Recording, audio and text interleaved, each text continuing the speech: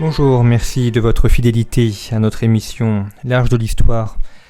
Je vous propose cette semaine d'évoquer une période somme toute assez récente, puisqu'elle a une soixantaine d'années, qui est celle de la Deuxième Guerre mondiale, et notamment de l'action du pape Pie XII pendant la Deuxième Guerre mondiale. Alors pourquoi en parler ? D'abord parce que c'est un sujet qui revient fréquemment dans l'actualité ou dans les conversations, et notamment ce qui fait débat, ou ce qui cause quelques discussions, c'est l'interrogation sur l'action de Pie XII pendant la guerre par rapport à son attitude face aux persécutions menées notamment contre les Juifs. Et puis récemment, le Vatican a évoqué l'ouverture des archives consacrées à la Deuxième Guerre mondiale.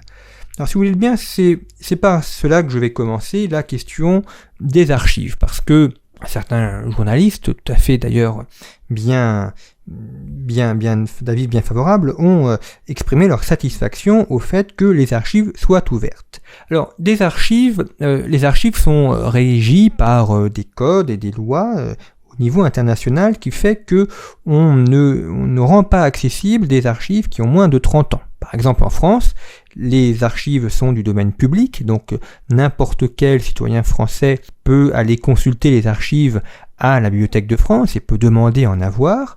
Malgré tout, il y a deux restrictions. D'abord, certains documents qui sont fragiles ne sont accessibles que si on a un motif valable de recherche, donc il y a des documents à remplir pour cela. Et d'autre part, certaines archives, celles qui ont moins de 30 ans, ne sont pas accessibles. Par exemple, on ne peut pas consulter des archives qui ont été déposées et qui datent des années 1990 ou 2000. Il y a donc un délai légal de consultation des archives, c'est valable en France, c'est valable également au Vatican. Ensuite, lorsqu'on ouvre des archives, il ne s'agit pas simplement d'ouvrir une porte et de dire au public, allez-y, les archives sont ouvertes, vous pouvez aller les consulter. Il faut d'abord mettre en place ce qu'on appelle une déclassification des archives, il faut opérer un classement, parce que qu'est-ce que ce sont des archives ? Ce sont des documents. Alors ça peut être des lettres, ça peut être des télégrammes, ça peut être des notes, ça peut être des courriers reçus et envoyés, et ces documents, il faut les trier. Il faut les trier par date, il faut les trier par correspondance et par nature. Par exemple, on va faire une boîte avec les documents envoyés par le Vatican à la Roumanie, au gouvernement français, ou bien une autre boîte avec les documents de la correspondance entre le pape et son secrétaire d'État. Donc tout cela doit être classé.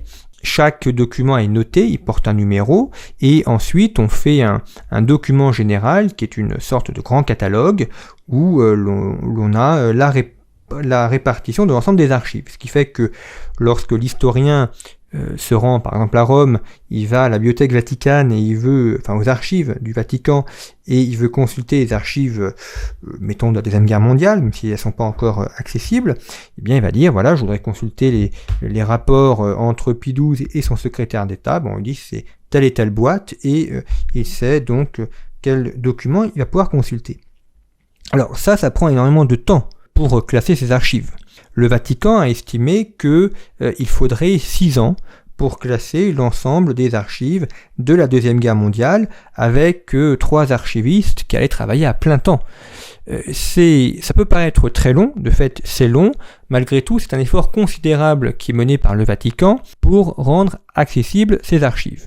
Lesquelles archives ont déjà été fouillées, puisque dans les années 80, le pape Jean-Paul II a autorisé des historiens à aller fouiller dans les archives, et notamment l'un d'entre eux qui est extrêmement célèbre, qui est un jésuite, le père Pierre Blay, qui est décédé il y a récemment, et qui a été voir donc les archives du Vatican, qui en a sorti une analyse volumineuse en 10 volumes, et puis il a fait un livre plus bref qui s'appelle Pie XII d'après les archives du Vatican, que l'on peut consulter, qui est un livre très bien écrit et où il y a l'essentiel des choses.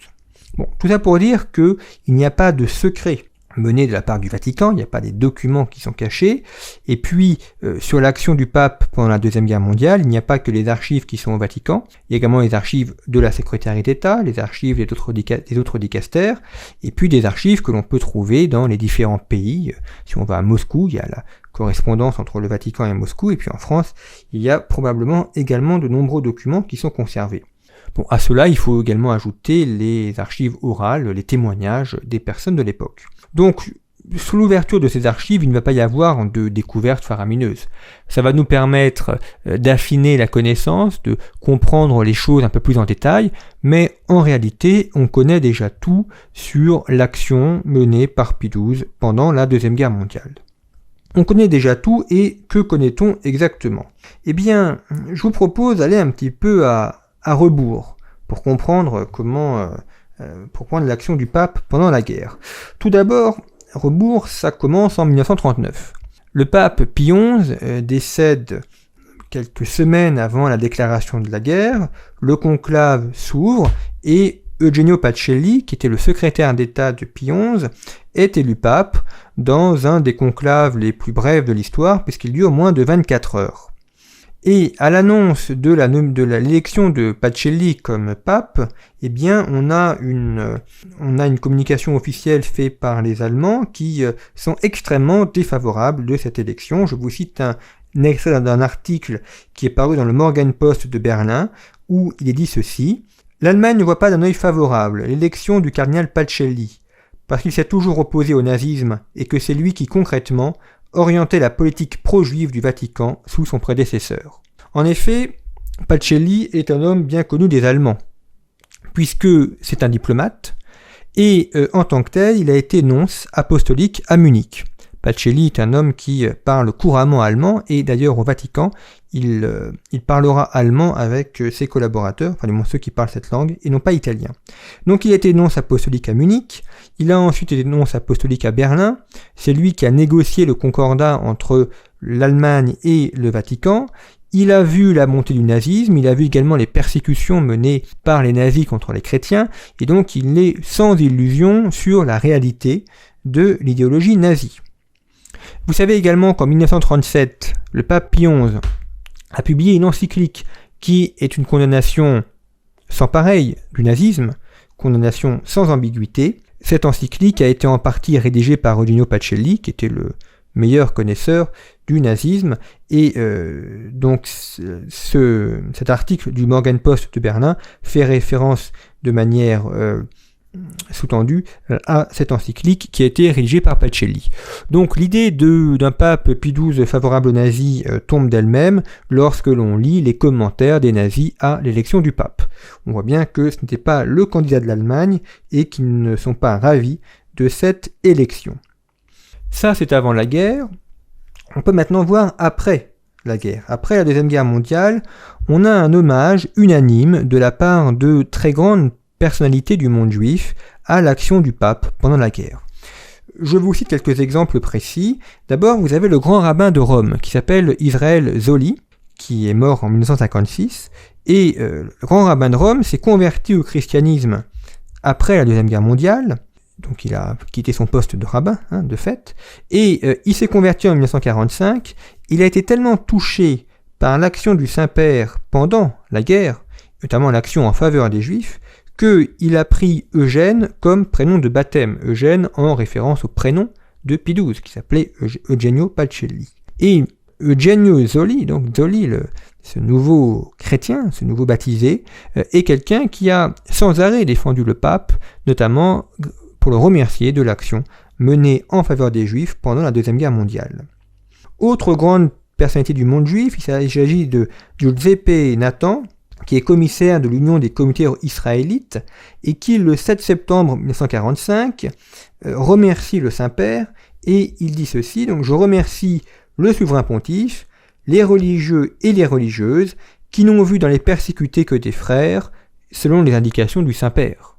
On a donc là une autre grande figure du monde juif qui remercie officiellement Pie XII pour son action menée en faveur des Juifs pendant la guerre. Enfin, toujours après la Deuxième Guerre mondiale, cette fois-ci le 11 octobre 1945, donc nous sommes là dans l'année de la fin de la guerre, 11 octobre 1945, le Congrès juif mondial offre $20 000 au Vatican en reconnaissant des efforts de l'Église catholique menés dans le sauvetage des Juifs lors de la persécution menée par les nazis.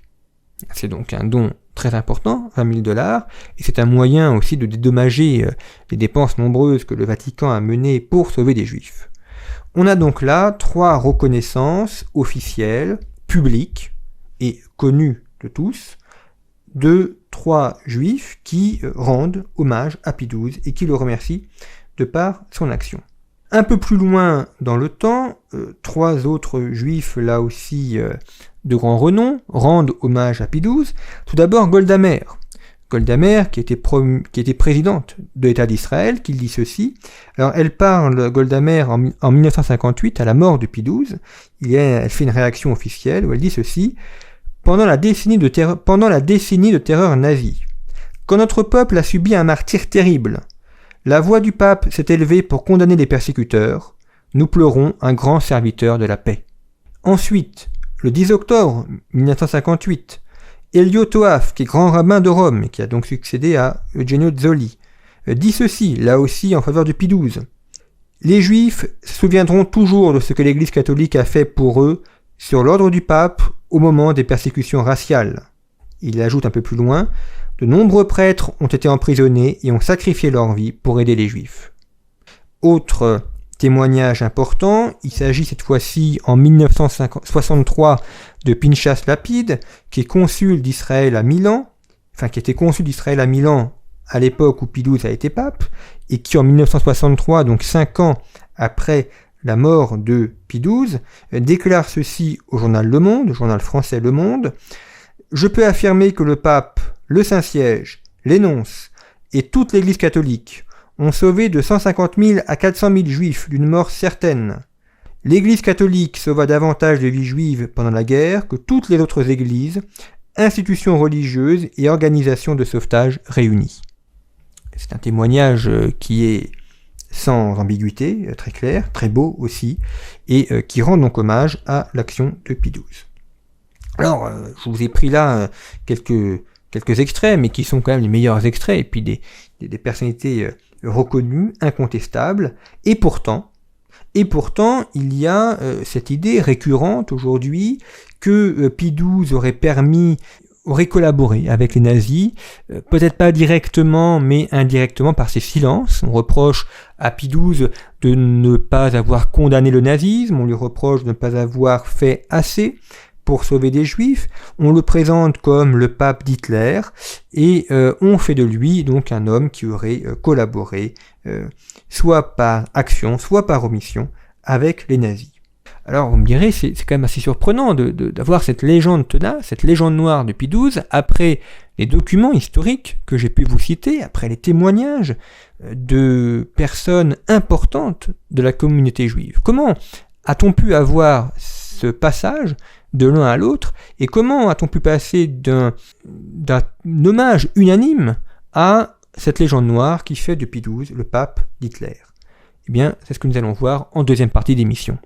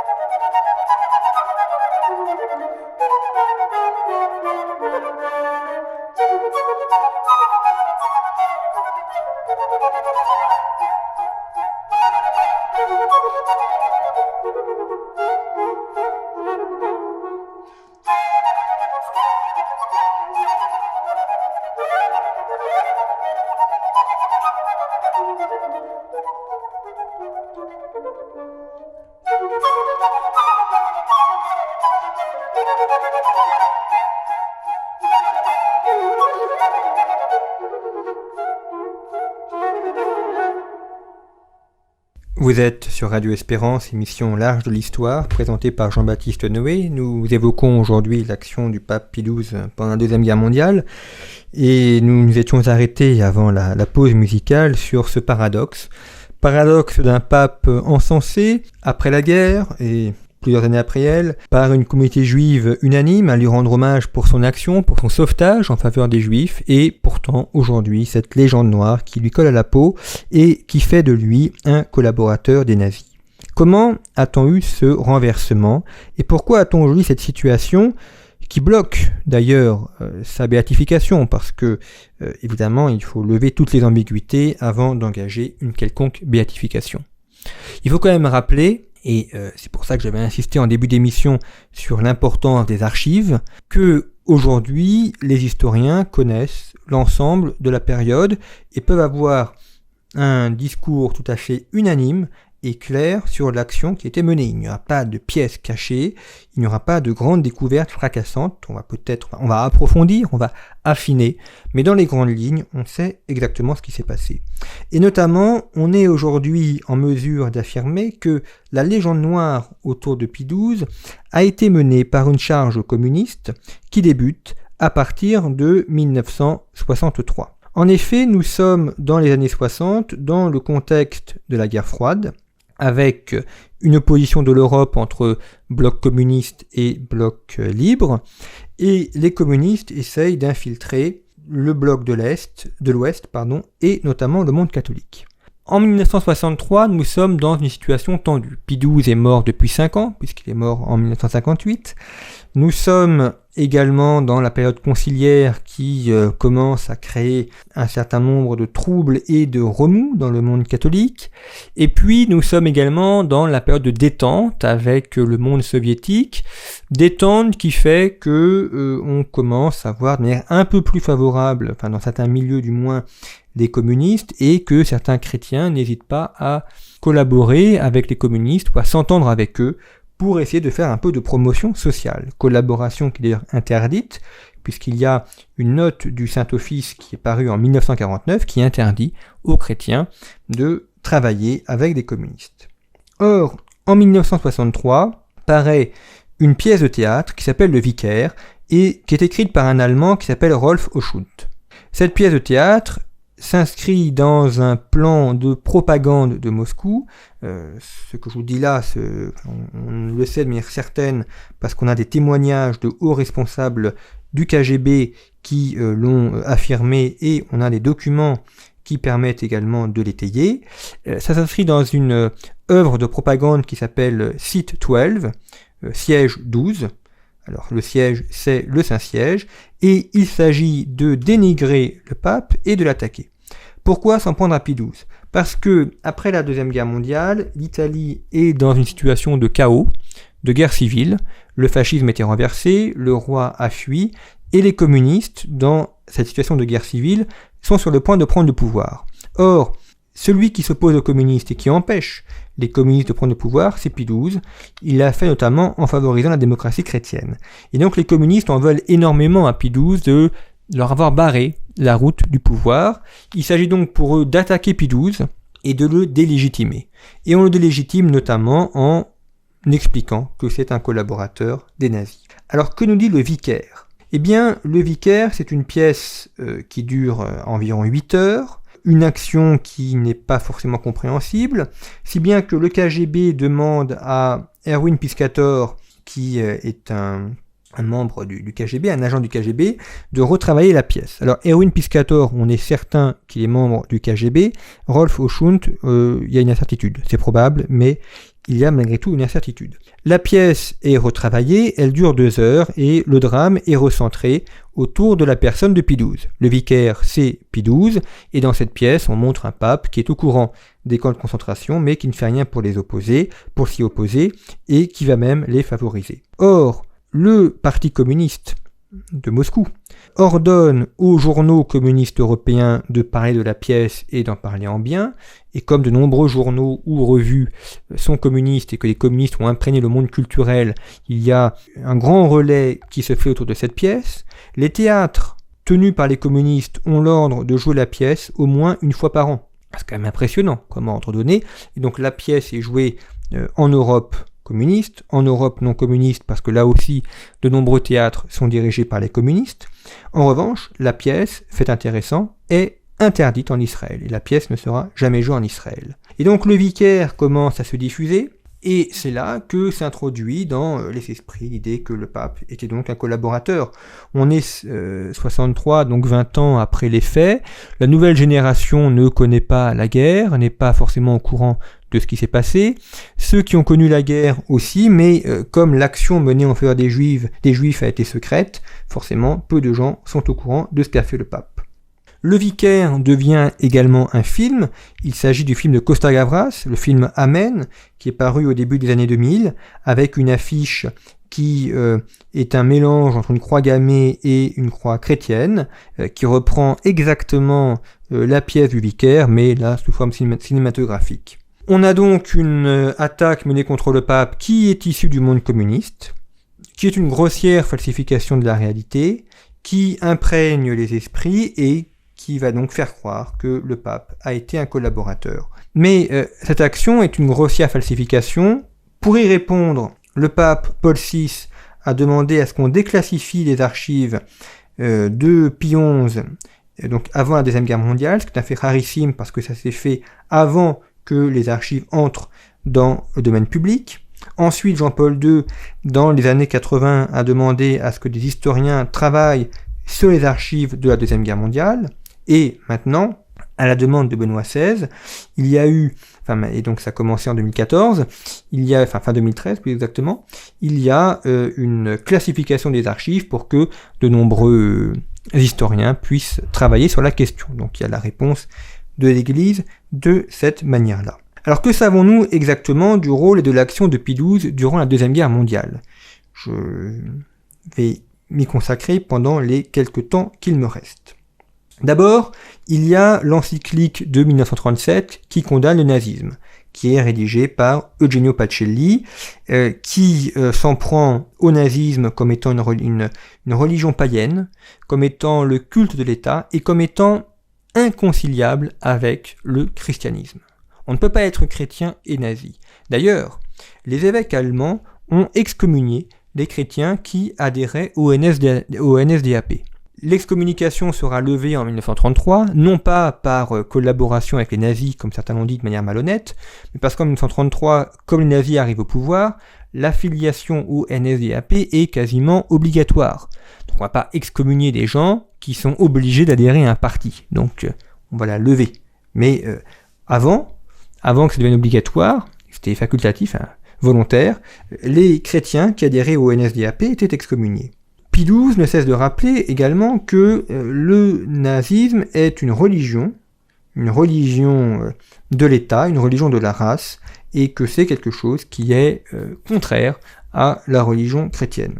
Pendant la guerre, Pie XII doit faire preuve de prudence. Alors, est-ce qu'il y a eu des silences de Pie XII ? Oui, il y en a eu. Ce sont des silences de prudence, des silences d'hommes de gouvernement. On a plusieurs témoignages très clairs où Pie XII dit qu'il aimerait tonner contre le nazisme, il aimerait faire un discours clarificateur, mais il ne le fait pas parce qu'il sait que les conséquences seraient pires que la situation actuelle.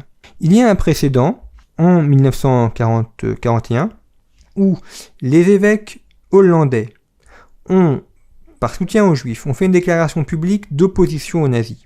Que s'est-il passé ? Les nazis ont arrêté des juifs qui s'étaient convertis au christianisme, ils ont également arrêté des prêtres et certains évêques, certains religieuses. Et notamment, parmi eux, il y a Edelstein, Thérèse Bénédicte de la Croix, qui est donc cette juive convertie au christianisme, qui est déportée à Auschwitz.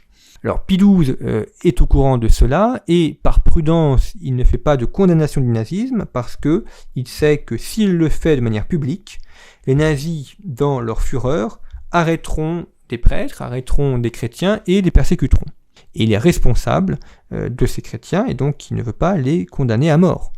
Il y a, je pense, aussi une certaine naïveté ou mauvaise foi à penser que si le pape avait fait un discours contre les nazis, ceux-ci auraient arrêté les camps de concentration. Enfin, on n'imagine pas Hitler mettre un terme à Auschwitz parce que le pape a dit qu'il ne fallait pas déporter des juifs. Il est évident qu'Hitler aurait continué à le faire. Donc ça n'aurait eu aucun impact positif, ça n'aurait eu que des conséquences négatives. Il y a d'autre part un message qui paraît à Noël 1944, où le pape Pie XII, donc dans ce discours, 1942, discours de Noël, où il dénonce ceux qui sont arrêtés en raison de leur race ou de leur religion. Alors certes, le mot juif n'apparaît pas directement, mais tout le monde a compris de quoi il s'agissait. C'est quand même une manière prudente, mais claire, de s'opposer au génocide des Juifs. Ce qu'il faut également avoir à l'esprit, c'est que les Occidentaux ont mis beaucoup de temps à être informés de ce qui se passait dans les camps de concentration. D'abord, le génocide juif commence assez tardivement. Il commence en 1940 avec la conférence de Wannsee qui se tient le 20 janvier 1942. Et c'est à partir de là que les nazis planifient la solution finale de la question juive et qu'ils créent les camps de concentration et d'extermination. Alors il y a bien des informations qui remontent, mais pour beaucoup de dirigeants, ces camps sont des camps d'internement, des camps de prisonniers, et on n'imagine pas l'horreur des camps, les fours crématoires, les chambres à gaz.